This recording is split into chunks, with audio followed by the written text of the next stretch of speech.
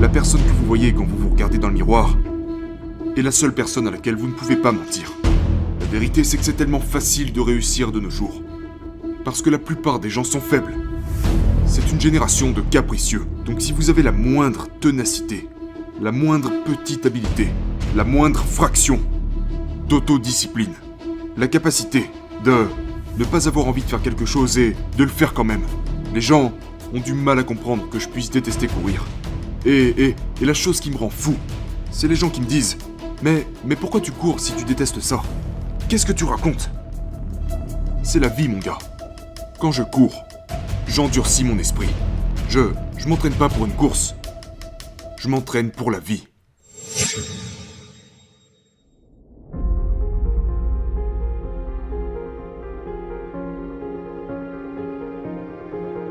Aujourd'hui, notre invité est largement considéré comme l'homme le plus dur de la planète Terre.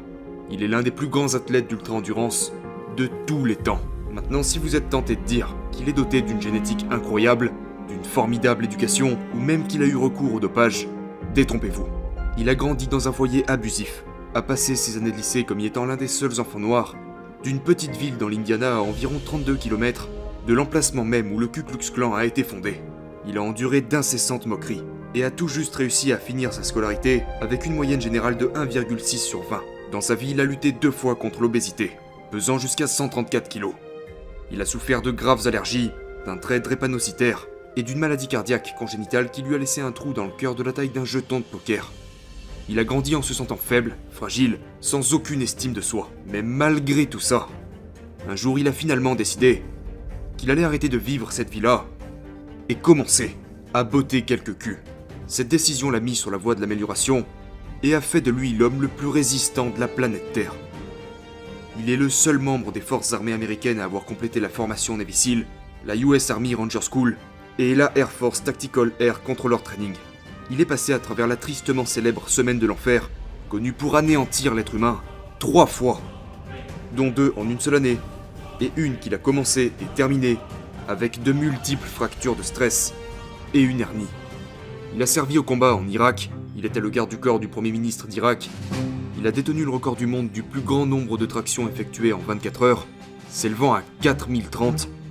Il a couru 8 courses consécutives de 160 km en l'espace de 8 week-ends consécutifs.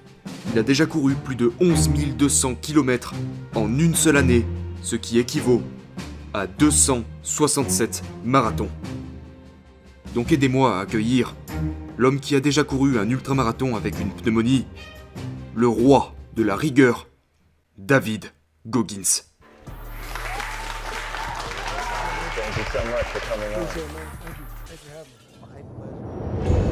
Il a fallu un certain temps pour que j'arrive au point de réaliser qu'il en était trop.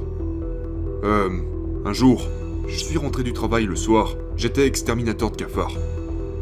Et, pour résumer, j'ai allumé la télé sur la chaîne Découverte, et je suis tombé devant cette émission sur la formation Navy SEAL. Je voyais ces gars en plein milieu de la Semaine de l'Enfer. On les rendait misérables, constamment dans l'eau, le froid, certains d'entre eux sonnaient la cloche. Ils souffraient. Et à ce moment, je pesais environ 134 kilos. C'est là que j'ai réalisé que je devais faire un changement dans ma vie. Vous savez, j'étais au plus bas. Et je n'allais nulle part dans ma vie. J'étais exactement là où tout le monde m'avait dit que je serais. Nulle part.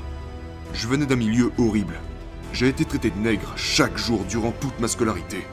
J'ai grandi dans une petite ville.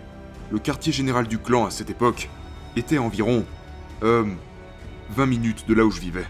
Quand j'ai eu ma première voiture, ils ont tagué avec de la peinture des menaces de mort dessus. Donc, j'étais juste un enfant peu sûr de lui et apeuré. Et la seule méthode que j'ai trouvée pour m'en sortir a été de m'envoyer dans les pires situations qu'un être humain puisse subir.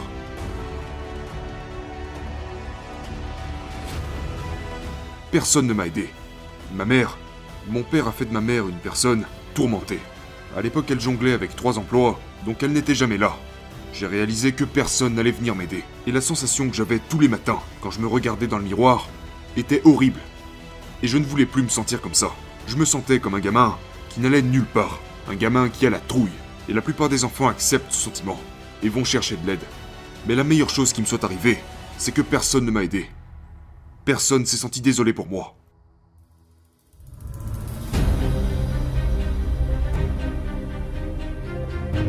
J'ai dû comprendre que je n'allais pas être ce gamin fragile toute ma vie. Donc la seule façon pour moi de changer a été de souffrir. J'ai dû construire cette corne sur mon cerveau, de la même manière que j'ai construit de la corne sur mes mains. Donc j'ai battu le record du monde de traction, il y a déjà longtemps. Mais j'ai échoué 2 fois avant d'y arriver. Et j'ai fait 67 000 tractions pour essayer de battre ce record.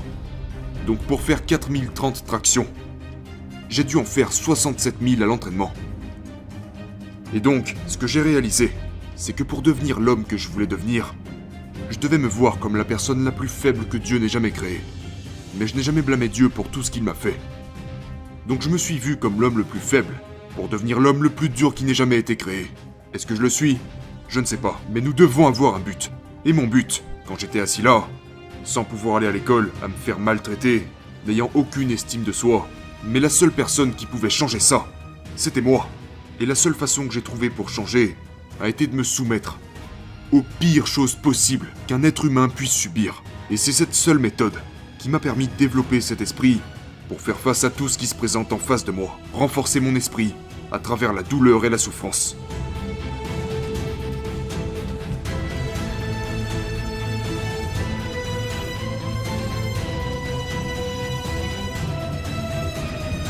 Le seul et unique moyen d'arriver au bout du chemin est d'accepter le fait que vous devez souffrir pour grandir.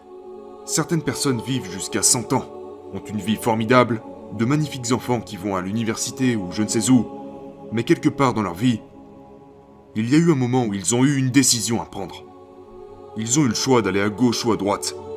La gauche était la voie facile, la droite était la voie difficile. Beaucoup de gens empruntent la voie facile, et ils ont une belle vie en faisant comme ça. Mais la meilleure vie se trouvait de l'autre côté. Et vous pourriez passer par 20 ans de souffrance en empruntant cette voie.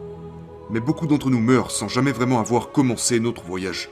Ce n'est que lorsque j'ai commencé à lire mon propre livre, en réalisant à quel point j'étais pathétique, que les choses ont commencé à changer. Je pouvais blâmer beaucoup de gens. Et c'est ce que j'avais tendance à faire. Je rejetais la faute sur tout le monde. Jusqu'au moment où je me suis dit, tu sais quoi, si tu veux vraiment régler le problème, tu dois commencer à chercher ce qui ne va pas chez toi. Arrête de blâmer les autres. Et regarde-toi. Ok, alors j'ai peur de mon ombre. Comment je peux surmonter ça? Inscris-toi à l'armée et va te faire botter le cul. Fais des choses que tu détestes faire. Sois dans l'inconfort chaque jour de ta putain de vie. Ok, bien reçu. Je ne suis pas la personne la plus intelligente du monde. Ok. Au lieu que quelqu'un vienne me dire « Oh mais non, t'es intelligent, ne dis pas ça », je me suis dit à moi-même « Je suis un putain de crétin ». Ok, bien reçu. Maintenant, comment tu vas devenir plus intelligent? En t'éduquant. Donc les choses que nous fuyons la vérité. Nous fuyons la vérité, mon gars. Et si j'ai fini par avoir du succès, c'est parce que je suis allé chercher cette vérité. Aussi douloureux et brutal que ça l'a été, ça m'a changé. Et ça m'a permis de devenir, à part entière, ce que je suis aujourd'hui.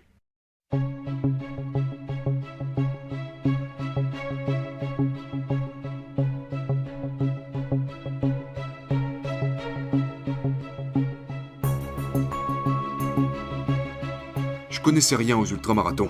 Je n'avais même pas couru de marathon. Je connaissais rien de ce monde. Donc j'ai cherché sur Google le top 10 des courses les plus difficiles au monde. Et je suis tombé sur cette course appelée Badwater 135. C'est une course de 217 km à travers la vallée de la mort en période d'été.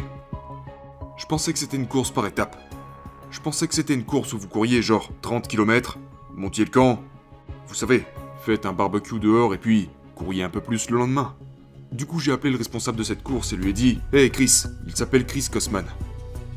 Je veux participer à ta course. » Donc on a eu cette longue conversation. Vous savez, j'étais beaucoup plus lourd à l'époque. Et surtout, je n'avais pas mis de chaussures de course depuis plus d'1 an. J'étais plus un powerlifter qu'autre chose. Je m'entraînais avec des charges lourdes, c'est tout ce que je faisais. Je venais de rentrer d'Irak, j'étais allé directement en école de chute libre, et puis nous voilà à cette course. Donc j'ai appelé Chris Kosman un mercredi. Et il a dit « Écoute mec, la seule façon pour toi de te qualifier à ma course est de courir 160 km en une fois et en moins de 24 heures. Et il y a justement une course comme ça, ce samedi. Donc, 3 jours plus tard. Et il a dit « Si tu te qualifies, En courant ces 160 km, en moins de 24 heures, je te prendrai dans ma course. Je suis allé droit au but. Et je me suis inscrit à cette course, nommée San Diego One Day, où vous courez sur une piste d'1,6 km pendant 24 heures pour voir combien de kilomètres vous pouvez parcourir. Donc mon but était 160 km. Je suis arrivé au 112e kilomètre, et j'avais atteint 112 km en l'espace de 12 à 13 heures. Mais j'étais mort. Mes pieds étaient sévèrement endommagés. J'avais des fractures de stress, des périostites tibiales, des déchirures musculaires. J'étais vraiment dans un sale état. Donc, je me suis assis au 112e kilomètre. À cette époque, j'étais marié. Et donc je regardais ma femme et je me suis dit un truc du genre... Je suis vraiment dans la merde. Et puis, je commençais littéralement à devenir blanc. Et quand un homme noir devient blanc, c'est plutôt mauvais signe. Donc, me voilà assis sur cette chaise, complètement terrassé. Je suis au 112e kilomètre et il m'en restait encore 48 à faire. Mais j'étais totalement éteint. À ce moment, il fallait que j'aille aux toilettes. Les toilettes étaient genre à 10 mètres de moi, une sorte de toilette publique. Mais je pouvais même pas me lever de cette putain de chaise.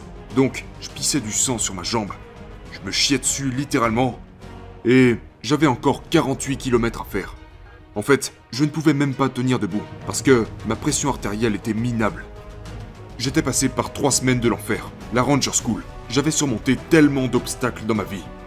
Mais c'est lors de ces 48 derniers kilomètres de cette course que j'ai réalisé que l'être humain a le potentiel de devenir quelque chose d'autre.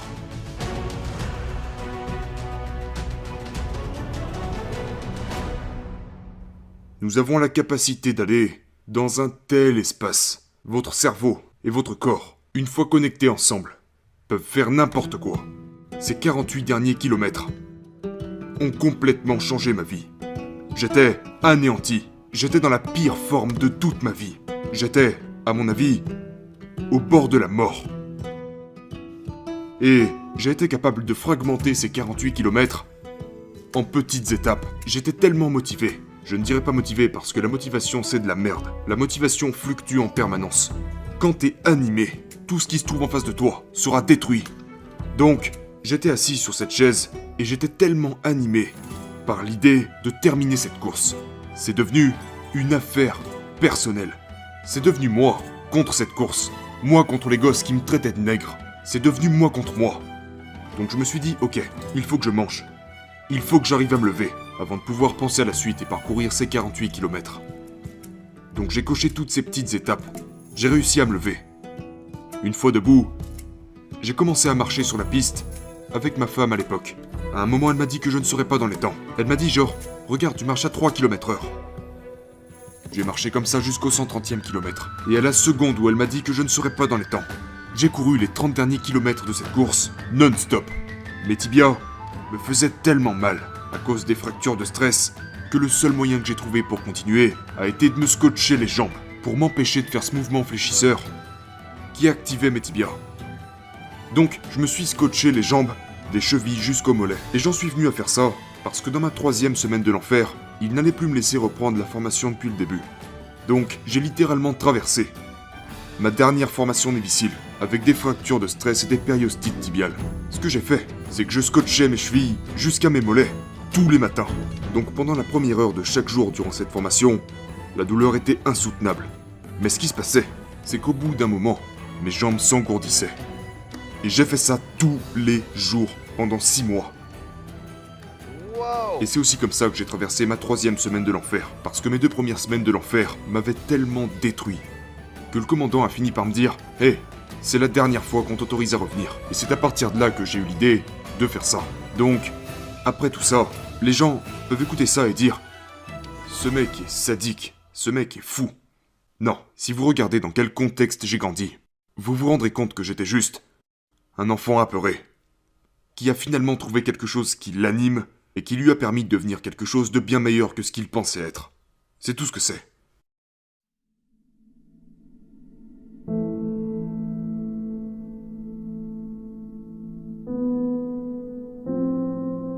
Si vous pouvez, pour le reste de votre vie, vivre à l'intérieur de vous, et arrêter d'écouter les gens qui vous traitent de gros, gays, transsexuels, nègres, toutes ces choses qui n'ont aucun sens, tous ces gens peu sur deux qui essayent de vous rendre aussi faible qu'eux, ne les laissez pas entrer dans votre tête.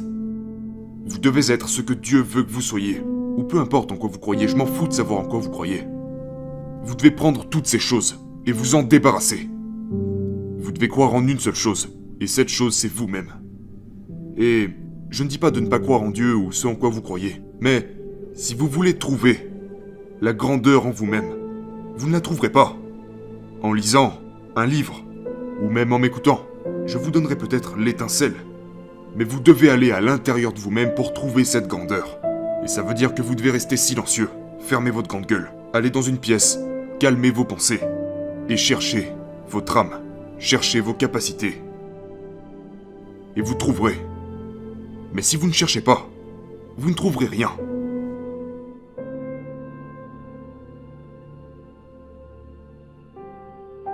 Vous devez commencer à suivre votre chemin. Et ce chemin commence lorsque vous trouvez pourquoi vous êtes sur cette terre.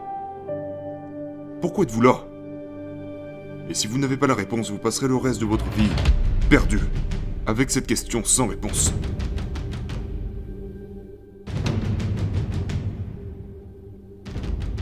Le pot à cookies est quelque chose que j'ai constitué avec tous les échecs par lesquels je suis passé, toutes les choses auxquelles j'ai échoué avant d'y retourner, toutes les choses qui m'ont anéanti, toutes les choses qui m'ont demandé énormément de discipline. J'ai rassemblé toutes ces choses dans le pot à cookies, parce que dans les moments de galère, même les hommes les plus durs, en plein milieu de la douleur, oublient à quel point ils sont durs. Parce que c'est ça la souffrance. La souffrance est un test, c'est tout. La souffrance est le véritable test de la vie. Et donc je garde toujours ce pot à cookies dans mon esprit. Et à chaque fois que je me retrouve en mauvaise posture, je prends une seconde. Je sors de ma vie pendant une seconde, j'ouvre le pot à cookies, je pioche dedans. Oh! Enfoiré, t'as été dans 3 putains de semaines de l'enfer. Un des gars en est mort là-bas à cause de cette telle rigueur. Oh ok, t'es un putain de dur à cuire. Et puis je remets ça dans le pot à cookies et je prends le temps de me rappeler qui est-ce que je suis vraiment. Je ne suis plus ce gamin qu'on traitait de nègre. Je ne suis plus ce gamin fragile. Je ne suis plus tout ça. Le pot à cookies est un rappel de qui vous êtes, au plus profond de vous-même.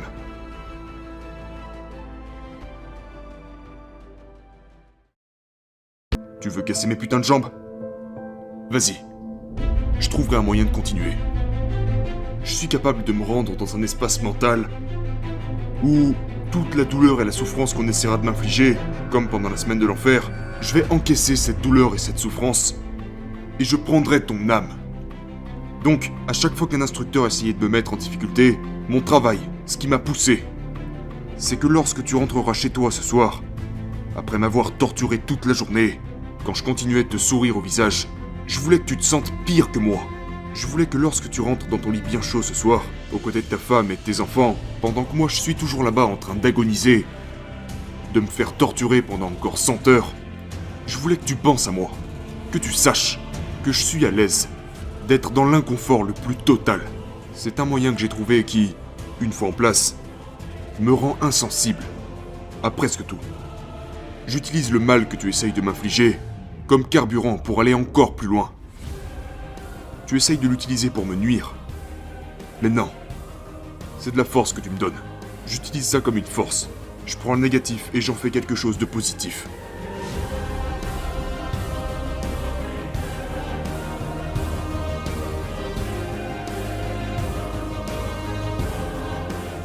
Renforcez-vous. C'est ok. Écoutez, c'est ok. Peut-être que les gens essayent de vous rabaisser, qu'ils se moquent de vous, qu'ils vous traitent de gros, de gays. C'est ok. Laissez-les faire. Ce qui compte, c'est qu'est-ce que vous allez faire maintenant. Ils ne contrôlent pas votre vie. Donc qu'est-ce que vous allez faire maintenant? Comment allez-vous retourner ça sur lui-même et dire « Ok, bien reçu. Maintenant, je vais exploiter cette merde. » Et vous réentendrez parler de moi dans quelques années. Comment? C'est la seule question. Comment allez-vous faire ça? Renforcez votre esprit. Exploitez votre plein potentiel. N'ayez pas peur du reflet dans le miroir. Parce que c'est tout ce dont vous pouvez avoir peur. Une fois que vous avez surmonté ce reflet dans le miroir, vous avez réussi.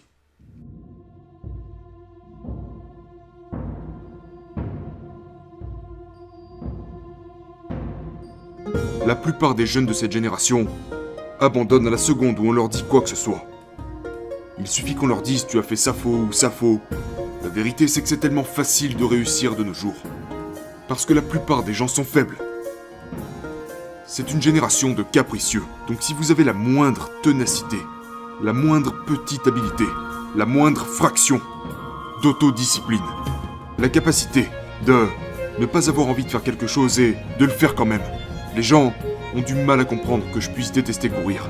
Et la chose qui me rend fou, c'est les gens qui me disent « Mais pourquoi tu cours si tu détestes ça? Qu'est-ce que tu racontes ?» C'est la vie, mon gars. Ce n'est que lorsque j'ai changé ma mentalité que je suis vraiment devenu quelqu'un. Je détestais aller à l'école et devine quoi? J'étais stupide à mourir. Pourtant c'est simple. 1 + 1 = 2. Mais si vous arrivez à vous forcer à faire des choses que vous détestez faire, de l'autre côté se trouve la réussite. C'est ce que les gens ne comprennent pas. Quand je cours, j'endurcis mon esprit. Je m'entraîne pas pour une course. Je m'entraîne pour la vie. Je m'entraîne pour le jour où je recevrai un appel à 2h du mat', m'informant que ma mère est morte, ou le jour où quelque chose de tragique arrivera. Je ne sombrerai pas. J'entraîne mon esprit, mon corps et ma foi pour qu'ils ne fassent plus qu'un, pour que je puisse gérer ce que la vie me réserve. Parce que, à ce que je sache, la vie nous réserve un tas d'épreuves. Et si tu n'es pas physiquement et mentalement préparé pour ça, tu vas juste t'émietter et tu ne seras plus utile à personne.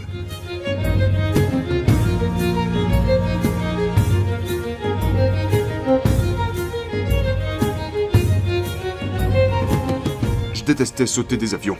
Je détestais tirer avec des armes à feu. Je détestais ce travail en tant que Navy SEAL. Mais je l'ai fait. Parce que je voulais me changer.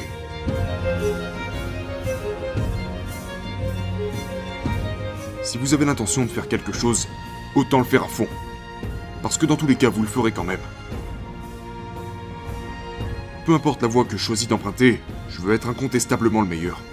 Et le meilleur incontesté ne se dit pas à lui-même « Je suis le numéro 1 ». Le meilleur incontesté se demande « Est-ce que je viens vraiment de sortir mes tripes ? Ou est-ce que j'aurais pu faire plus ?» Donc être le meilleur, ce n'est pas se dire un truc du genre « Je veux gagner ceci ou gagner cela ou... » Le meilleur est clair sur le fait qu'il se bat seulement contre lui-même dans tout ce qu'il fait. Et c'est ce que je m'applique à faire tous les jours. Je me bats contre moi-même. Je me remets toujours en question. Je me tiens toujours responsable de tout ce qui m'arrive. Parle-nous un peu du miroir de responsabilité. Le miroir de responsabilité est quelque chose que j'ai inventé quand j'étais encore au lycée. Comme je l'ai dit, j'ai commencé à me raser la tête à l'âge de 16 ans. J'essayais le plus possible d'attirer l'attention des gens, parce que personne ne m'aimait. Donc je développais tellement d'identités différentes. Mon Dieu, il y a tellement de choses différentes que j'ai faites pour essayer de m'intégrer à tellement de groupes différents. Mais la personne que vous voyez quand vous vous regardez dans le miroir est la seule personne à laquelle vous ne pouvez pas mentir. J'essayais de faire en sorte que les gens s'intéressent à moi. Mais qu'est-ce que c'est pathétique. Donc j'ai commencé à me tenir responsable. Comment je vais me comporter aujourd'hui? Comment je me suis comporté hier? Et si je repérais chez moi un trait de caractère dont je n'étais pas fier, je l'écrivais sur un post-it et je le collais sur mon miroir. Et je ne le retirais pas tant que je n'avais pas résolu le problème. Et donc, si on avance jusqu'à ma dernière année de lycée, je m'étais complètement réinventé.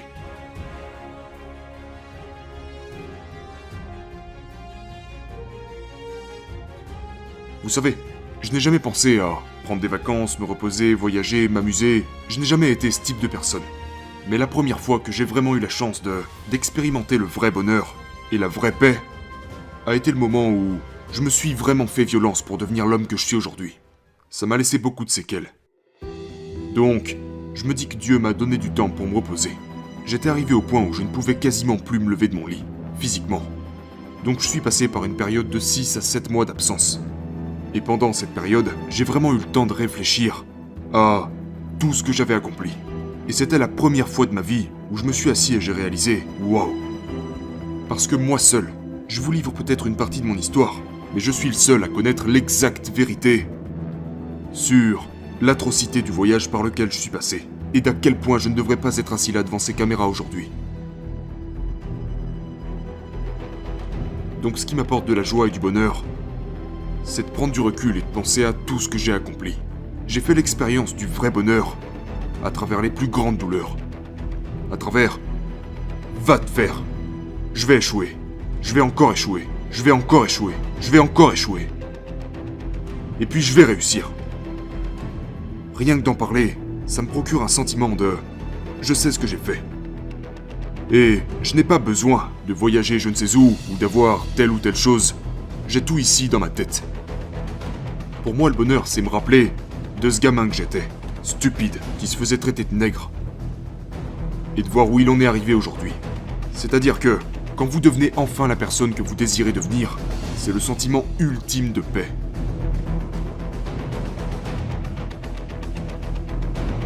C'est de me souvenir de toute la souffrance de mon voyage, sachant que je n'ai jamais abandonné, que j'ai été guidé par quelque chose sur Terre.